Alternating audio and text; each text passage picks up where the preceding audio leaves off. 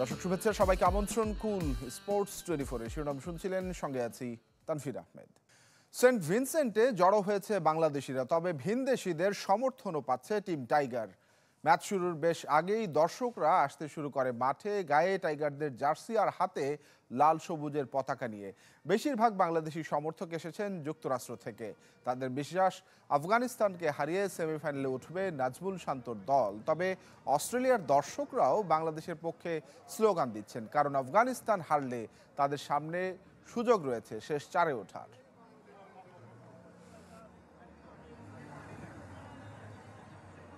Go Bangladesh, go the Tigers, come on! I'm 100% আশাবাদী বাংলাদেশ জিতবে, that for sure. আমি বাঙালিকে সাপোর্ট করছি, তো অবশ্যই আমি আশা করব যে আমার বাঙালি ভাইরা জিতবে। আমার বাংলাদেশের জন্য গর্ব হবে এবং আমাদের সবার জন্যই গর্ব হবে। Inshallah, I wish it like best of luck to Bangladesh team and the bowlers and the batsmen, everyone, even the whole team.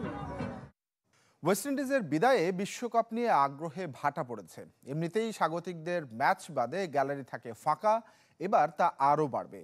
টি-20 বিশ্বকাপের 9 আসরের 10 স্বাগতিক দেশের কেউই জিততে পারেনি এই ট্রফি। ওয়েস্ট ইন্ডিজ থেকে রেজওয়ানুজ্জামানের রিপোর্ট।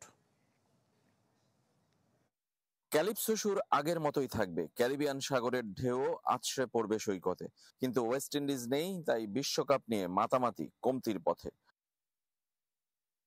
10 বিচ্ছিন্ন স্বাধীন দ্বীপ দেশের সমন্বয়ে গড়া দলটিকে এমনিতেই নিজেদের মনে করতে কষ্ট হয় ক্যারিবিয়ানদের। অ্যান্টিগায় খেলা হলে আলজারি জোসেফকে নিয়ে মাতামাতি, বারবাডোস চেনে তাদের ছেলে কাইল মেয়ার্স সেই হোপকে, ত্রিনিদাদ নিকোলাস পুরানে মেতে ওঠে, আর জ্যামাইকার Andre Russell, Rovman Powell. Don Bradman, Ambrose Walsh, Brian Lara, Chris গেইলের মতো সার্বজনীন হতে পেরেছেন কজন? ক্যারিবিয়ান 2 সাবেক তারকা ইয়ান বিশপ ও ড্যারেন গঙ্গা মূল্যায়ন করেছেন ওয়েস্ট ইন্ডিজের বিদায়কে।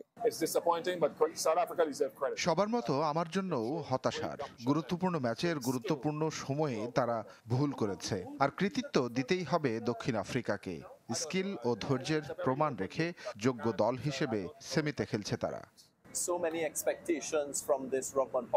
রবম্যান পাওয়েলের এই দলটার কাছে অনেক বেশি প্রত্যাশা ছিল এই বিশ্বকাপ, আর তার আগেও তারা দারুণ খেলেছে। ছোট টার্গেট নিয়েও যেভাবে লড়াই করেছে সেটা অব্যাহত থাকবে। টি-20 ক্রিকেট এমনই, যেদিন ভালো খেলতে পারবেন না সেদিন হারবেন। তবে স্বাগতিকরা বিদায় নিলেও বিশ্বকাপ রং হারাবে না বলে আশাবাদী গঙ্গা। এবারও স্বাগতিকদের ফাইনাল খেলা হলো না, তবে ওয়েস্ট ইন্ডিজের মানুষ ক্রিকেট ভালোবাসে। তারা মাঠে আসবে ও অন্য দলগুলোকে সমর্থন দেবে এবং বিশ্বকাপকে রঙিন করে তুলবে।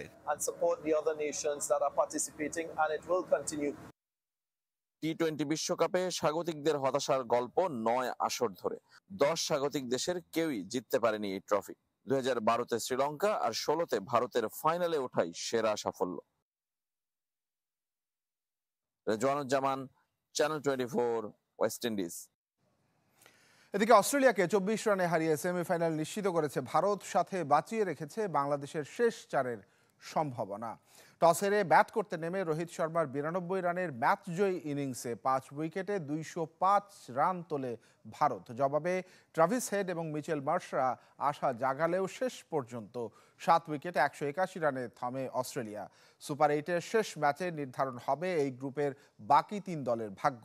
বাংলাদেশের বিপক্ষে জিতলেই হবে আফগানিস্তানদের, আর টাইগারদের জিততে হবে অন্তত 62 রানের ব্যবধানে। এর কম রানে বাংলাদেশ জিতলে শেষ চারের টিকিট পাবে অজিরা। ইউরোতে আজ ভাগ্য নির্ধারণী ম্যাচ ইংল্যান্ডের। স্লোভেনিয়ার বিপক্ষে অন্তত ড্র চাই 3 লায়নদের। সেকোয়েন স্টেডিয়ামে ম্যাচটি শুরু হবে রাত 1টায়। একই সময়ে সি গ্রুপের অন্য ম্যাচে ডেনমার্কের প্রতিপক্ষ সার্বিয়া। এই ম্যাচের ভেন্যু অ্যালিয়েঞ্জ অ্যারেনা। তার আগে রাত 10টায় অস্ট্রিয়ার মুখোমুখি হবে নেদারল্যান্ডস, আর ফ্রান্সের বিপক্ষে লড়বে পোল্যান্ড। হকির খবর জানাবো। জুনিয়র AHF কাপ চ্যাম্পিয়ন হয়ে দেশে ফিরল বাংলাদেশ দল। একই সাথে সিঙ্গাপুর থেকে ফিরেছে নারী আসরের রানার্স আপ মেয়েরা।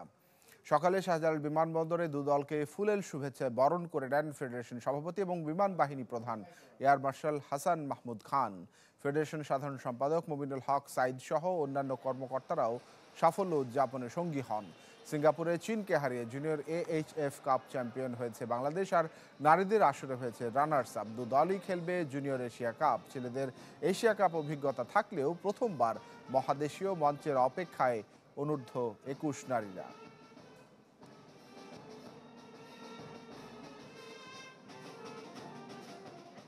গত বড় এইচএফ কাপে এই টুর্নামেন্টে সর্বোচ্চ গোলদাতা ছিলাম, এই বড় আল্লাহর রহমতে আসি। তো এটা অবশ্যই আমাকে আর উৎসাহ দেয় যখন এই ধরনের একটা অ্যাচিভমেন্ট আমি পাই। তো অবশ্যই নেক্সট চেষ্টা থাকবে আমার আরও সর্বোচ্চ দেওয়ার জন্য দেশের জন্য। আমি আসার পরেই এই একটা আমার কাছে একটা উপহার স্বরূপ এটা মনে হচ্ছে। আমি এটুকু বলতে পারি যে আমি ভবিষ্যতে এই স্পেশালি এখন যুব পুরুষ এবং মহিলা দুই দলের জন্য আমরা প্রশিক্ষণ আরও উন্নত মানের করার চেষ্টা করব। দর্শক, এই ছিল কুল স্পোর্টস 24 আয়োজন। খেলার সব আপডেট এবং রিপোর্টগুলো দেখতে ভিজিট করুন facebook.com/sports24team এই পেজে। ধন্যবাদ সঙ্গে থাকার জন্য।